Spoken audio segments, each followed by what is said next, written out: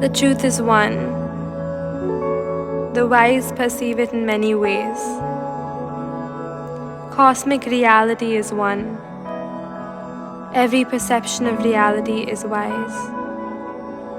All perceptions of the one reality are wise.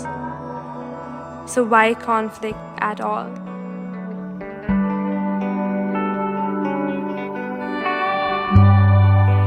एकम सायद विब्रहाय बहुधा वदन्ति एकम सायद विब्रहाय बहुधा वदन्ति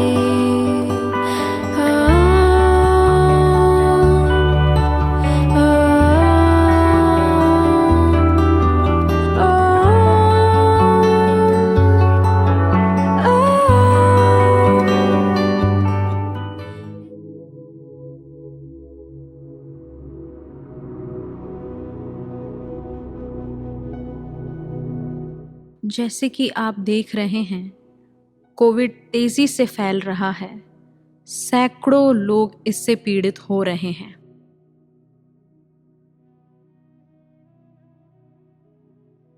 पिछले 5 महीनों के दौरान पूरी दुनिया में लोग भारी चुनौतियों, नुकसान और पीड़ा से गुजरे हैं। इस परीक्षा के माध्यम से हम जान पाए हैं कि हमारा दर्द एक है, हमारी खुशी एक है और हमारी शांति एक है।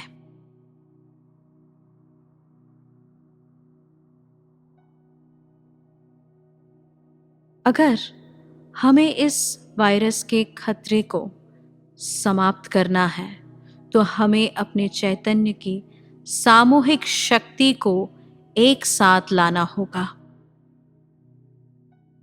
हमारे दिलों में एक ही संकल्प होना है। हम सभी ईश्वर से एक ही प्रार्थना में लीन होना है कि हमें एक विकसित चैतन्य के साथ इस वायरस और संकट से उभरना है।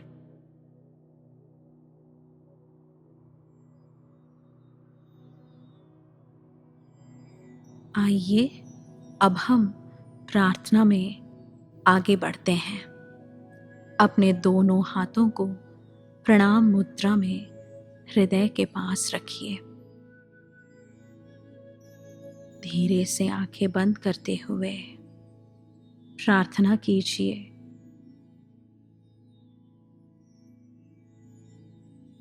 कि उन लोगों के शरीर में आशीर्वाद प्रवाहित हो जो वायरस से पीड़ित हैं और वे पूरी तरह से स्वस्थ हो जाएं।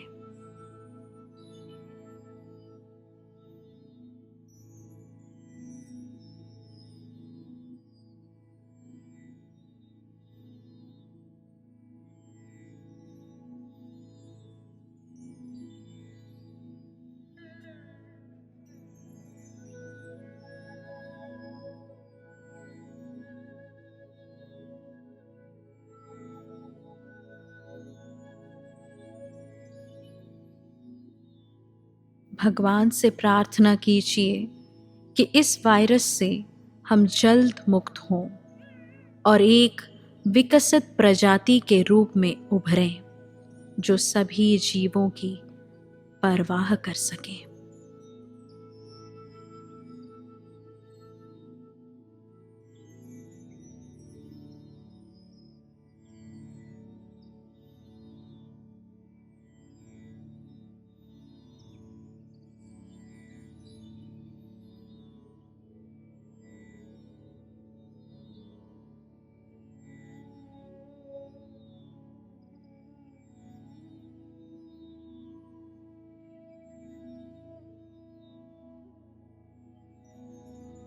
प्रार्थना कीजिए कि उन सभी को आशीर्वाद मिले जिन्होंने इस लड़ाई में अपने प्रियजनों को खो दिया है।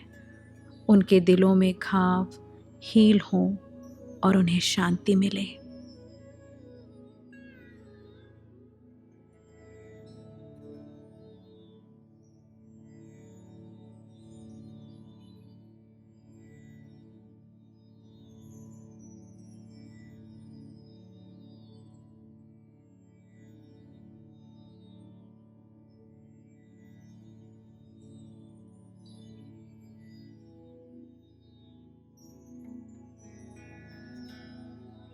सभी पर ईश्वर की कृपा हो। धीरे से अपनी हाथों को रिलैक्स कीजिए और अपनी आंखें खोलिए। नमस्ते।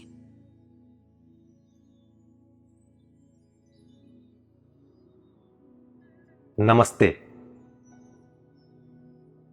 एकम विश्व शांति उत्सव आज से प्रारंभ हो रहा है। मानव चैतन्य में शांति लाने के इस महान ध्येय का भाग बनने के लिए हम आपका सम्मान करते हैं। जैसे जैसे आप विश्व में शांति के लिए ध्यान करते हैं, आप अगले 7 दिनों में अधिक से अधिक शांतिपूर्ण होते जाएंगे।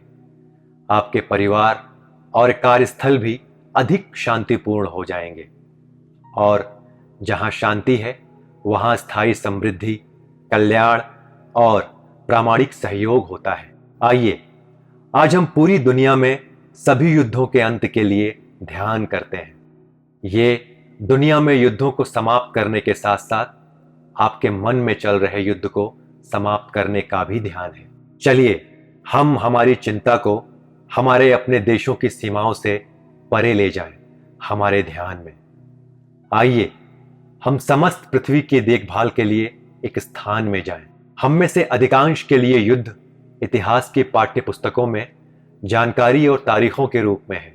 जब आप पढ़ते हैं कि लगभग 10 लाख लोग रवांडा में मारे गए थे, तो ज्यादातर लोगों के लिए यह कुछ भी नहीं है, बल्कि यह एक याद रखने की संख्या है। लेकिन इसके मानवीय पक्ष पर गहराई से गौर करें और आप देखेंगे कि उनके अपने पड़ोसियों ने उन्हें खेत के औजारों से मार दिया था। क्या आप 100 शवों की कल्पना कर सकते हैं?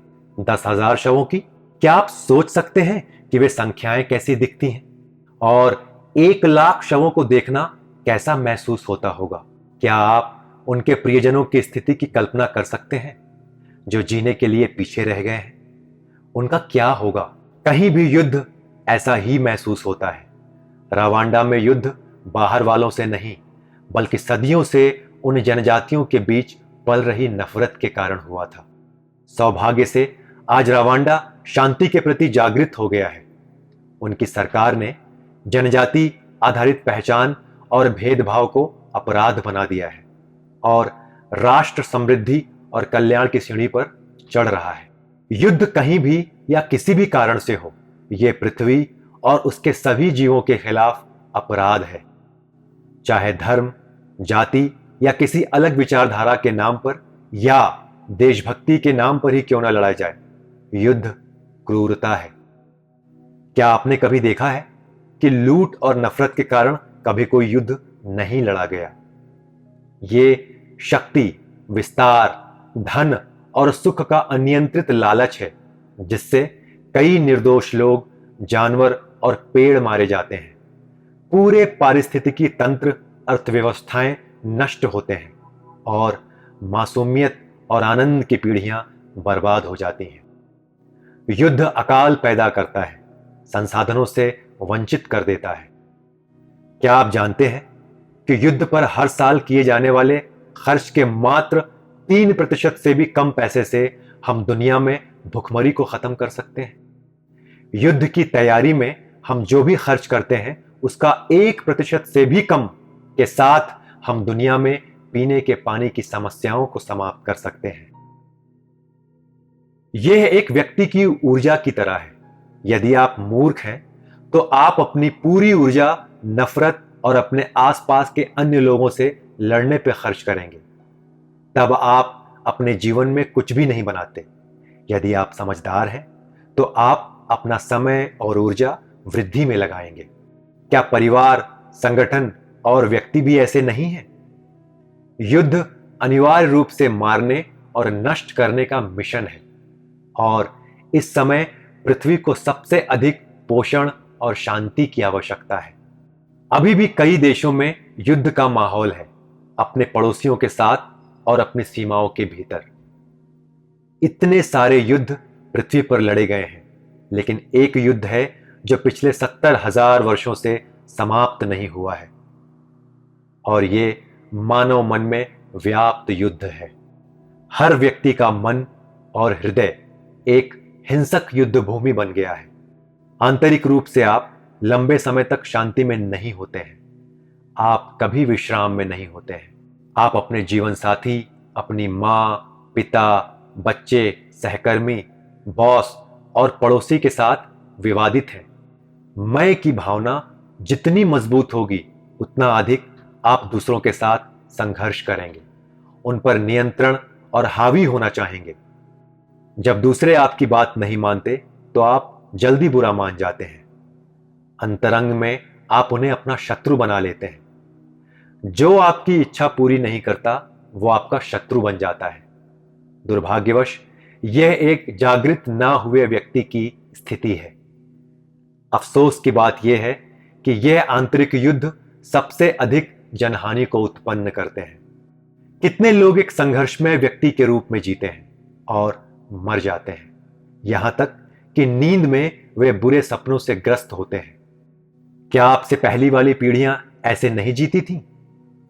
क्या आप ऐसे जीवन को जीना चाहते हैं और अपने आने वाली पीढ़ी को इस प्रकार जीवन जीने देना चाहते हैं? यह आपके जागने का समय है। यह समय है जब आप अपने स्थिर, शांत स्वभाव की वास्तविक प्रकृति के प्रति जागृत हो। यह महत्वपूर्ण है कि अधिक से अधिक लोग संघर्ष की अपनी स्थिति से जागें और शांति की जागृत स्थिति की ओर बढ़ें, क्योंकि यह हमारी सामूहिक हिंसा है जो युद्ध के रूप में बहती है। इसलिए हमारा दायित्व है कि हम अपने संघर्षों से प्रेरित मन को स्थिर, शांति के अपने वास्तविक प्रकृति के प्रति जागृत करें। विश्व में सभी युद्धों के अंत के लिए ध्यान करना हमारी जिम्मेदारी है। हमारा शांति ध्यान सामूहिक मानव चैतन्य में हिंसा को कम करेगा और शांति को लाएगा। जैसे आप पृथ्वी पर युद्ध की समाप्ति के लिए ध्यान करते हैं, आप देखेंगे कि आपके अपने परिवारों, संगठनों और पड़ोस में अधिक से अधिक शांति का शासन होगा।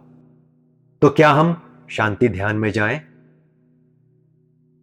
कृपया अपनी आंखों को बंद कीजिए। अपने दोनों हाथों को हृदय स्थान पर रखिए। चलिए हम आज के शांति ध्यान के संकल्प के साथ जुड़ते हैं कि हम हमारे परिवारों में, समाज और विश्व में शांति के वाहन बने।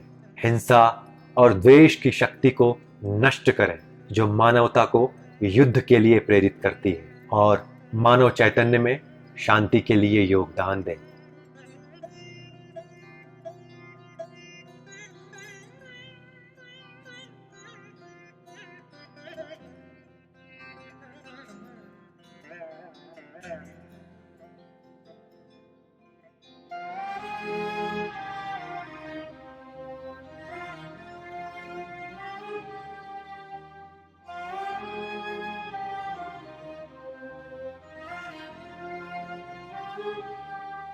हाथों को विश्राम दीजिए।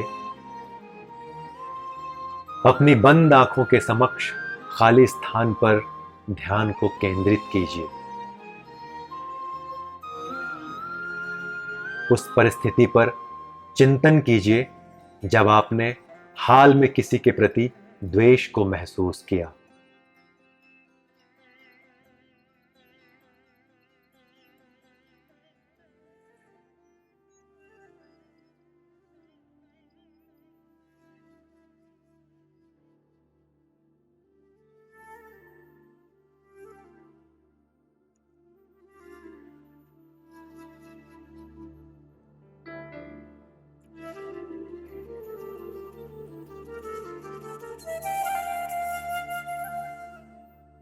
महसूस कीजिए कि कैसे इस द्वेष की स्थिति ने आपको और दूसरे व्यक्ति को आहत किया।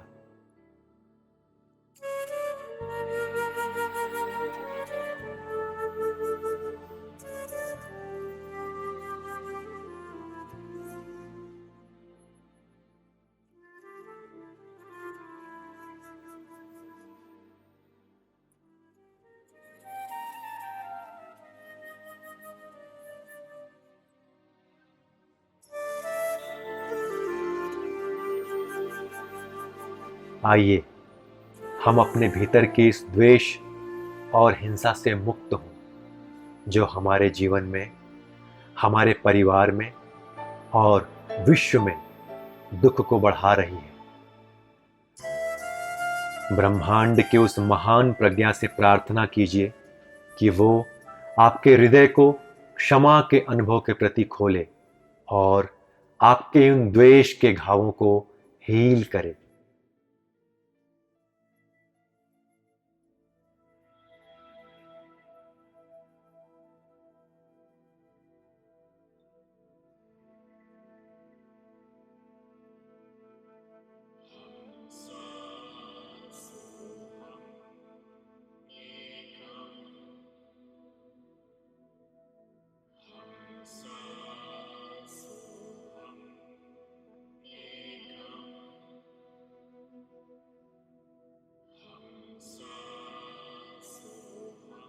उस व्यक्ति को याद कीजिए और कहिए, मैं आपको क्षमा करता हूं। मैंने जो आपको दुख दिया उसके लिए मुझे क्षमा कीजिए।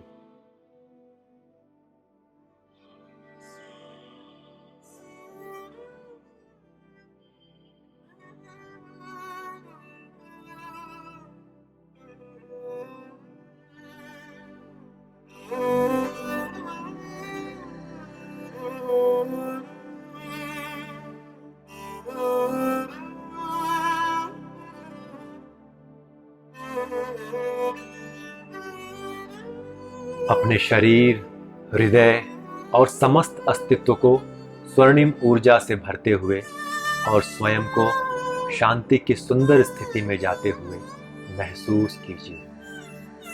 अपने हृदय में उन घावों को महसूस कीजिए।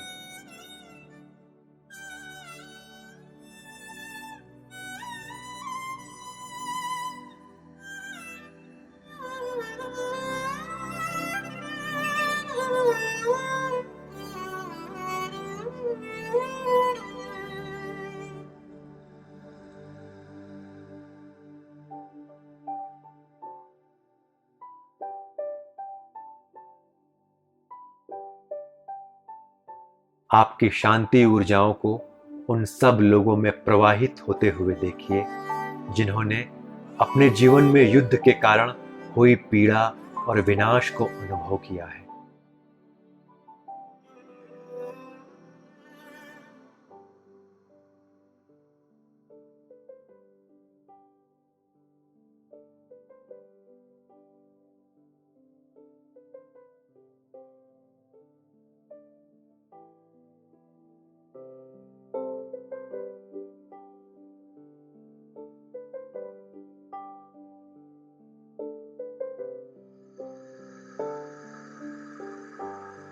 अपनी शांति ऊर्जाओं को उन लोगों में जाते हुए देखिए जो विश्व में हिंसा और युद्ध को बढ़ावा दे रहे हैं। आशीर्वाद दीजिए कि उनके भीतर द्वेष और क्रोध की अग्नि बुझ जाए और उनका हृदय शांतिपूर्ण हो जाए।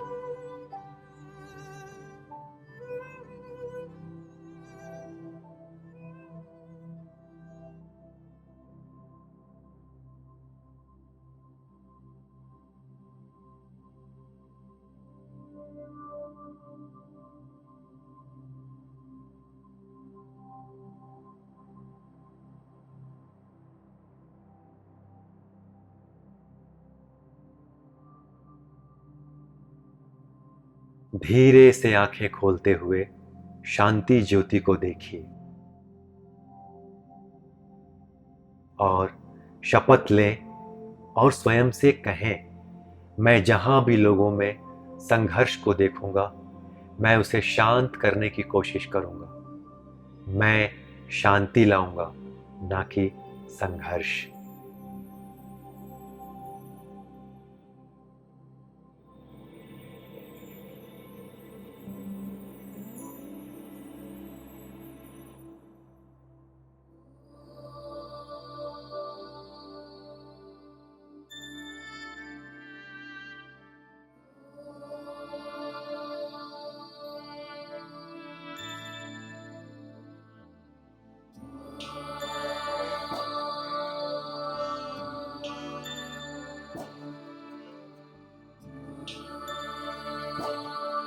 अपने हृदय को शांति के प्रति जागृत होते हुए महसूस कीजिए। अपने प्रियजनों के हृदयों को शांति के प्रति जागृत होते हुए महसूस कीजिए। पृथ्वी के प्रत्येक प्राणी में शांति को प्रवाहित होते हुए महसूस कीजिए। सर्वेषां शान्तिर्भवतु, सर्वेषां शान्तिर्भवतु, सर्वेषां पूर्णं भवतु, सर्वेषां पूर्णं भवतु, सर्वेषां मङ्गलं भवतु, सर्वेषां मङ्गलं भवतु।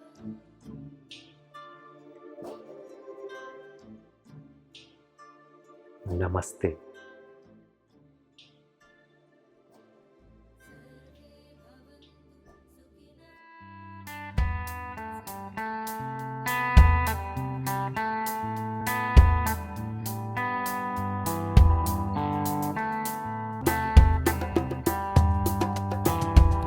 I close my eyes and I feel the love in the air, dancing today.